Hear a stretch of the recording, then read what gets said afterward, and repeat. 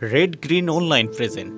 একটি গ্রুপ, একটি চক্র, তারা ভিন্নভাবে তারা অর্থ বিনিয়োগ করে পানি সাপ্লাই দিয়ে তারা সেখানে আগ্নেয়াস্ত্র লাঠিসোঁটা সাপ্লাই করে তারা এই আন্দোলনটাকে তারা ভিন্ন দিকে ধাবিত করার জোর অপচেষ্টা চালাচ্ছে।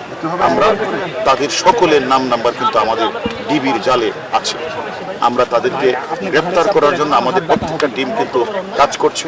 তারা একটা আন্দোলন করছেন আমরা দেখেছি, কিন্তু এই আন্দোলনকে ঘিরে এখন আমরা দেখতে পেয়েছি একটি অশুভ চক্র, একটি গ্রুপ, যা এই আন্দোলনটাকে ভিন্ন দিকে প্রবাহিত করার জন্য তারা বিভিন্ন ধরনের ষড়যন্ত্র করছে।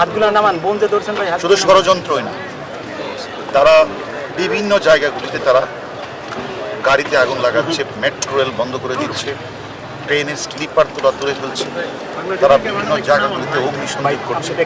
তারই ধারাবাহিকতা কিন্তু আপনারা জানেন, গতকাল আমরা বিএনপি একটা অফিসে আমরা অভিযান পরিচালনা করেছি। সেখান থেকে আমরা অনেক তাজা ককটেল, প্রায় অনেক 500 লাঠিসোঁটা এবং আগ্নেয়াস্ত্র সহ অনেক কিছু আমরা উদ্ধার করেছি।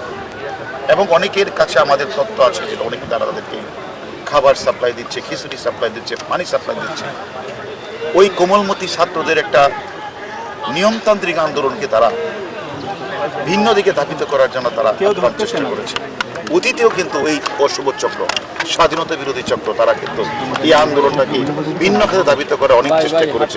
কিন্তু আমাদের পুলিশ, আমাদের টিভি, সবাই কিন্তু আমরা কাজ করে আমরা কিন্তু তাদের সেই অপচেষ্টাকে আমরা কিন্তু এখনো আমরা লক্ষ্য করছি। এবং গতকালও আমরা 6-7 জনকে ছাত্র দলের সভাপতি সহ প্রাক্তন সভাপতি সহ আমরা গ্রেপ্তার করেছি।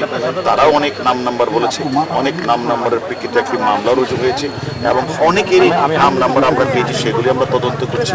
আমরা মনে করি আমরা এই প্রিয় ক্যাম্পাস, এই ঢাকা বিশ্ববিদ্যালয়ে কেউ অরাজকতা করে, হলের প্রবেশকে চিহ্নি করে, হলের মধ্যে ভাঙচুর করে তারা যদি মনে করে তারা আন্দোলনকে তারা সাকসেস করতে চায়, তাহলে তারা বোকার স্বর্গে বাস করছে। আমরা মনে করি এই প্রিয় ক্যাম্পাসে কেউ এসে সন্ত্রাসী কার্যকলাপ চালাবে, এই প্রিয় ক্যাম্পাসে এসে কেউ ঢাকা বিশ্ববিদ্যালয়ের হলে হামলা চালাবে, প্রবেশের বাড়িতে হামলা চালাবে, রোকেয়া হলের বিসিকে তারা জিম্মি করে রাখবে, এটা আমরা মনে করি আমাদের যারা আইন শৃঙ্খলা বাহিনী আমরা কাজ করি, এটা আমাদের আইনের মধ্যেই পড়ে সেটাকে রক্ষা করা। এবং সেটা রক্ষা করতে গিয়ে আমরা আমাদের যেটুকু দায়িত্ব আমাদের আছে, আমাদের মধ্যে যেটা করার দরকার আমরা সেটাই করব। এই বিশ্ববিদ্যালয় ক্যাম্পাসে কি অরাজকতা সৃষ্টি করবে আর আমাদের আইন শৃঙ্খলা বাহিনী আমরা তাকিয়ে দেখব, এটা অতীতে হয় নাই, এখনো হবে না, ভবিষ্যতে হতে দেব না। অবশ্যই প্রত্যেকটা আন্দোলনের যোগ থাকবে। যেহেতু আমরা মনে করি এই আন্দোলনটা সাধারণ কোমলমতি শিক্ষার্থীরা তারা দাবি করেছে, দাবির প্রেক্ষিতে তারা হাইকোর্টে একটা তারা রিট করেছে, সুপ্রিম কোর্টের রিটের নির্দেশনা আলোকে 4 সপ্তাহের একটা স্থিতি অবস্থা দিয়েছে।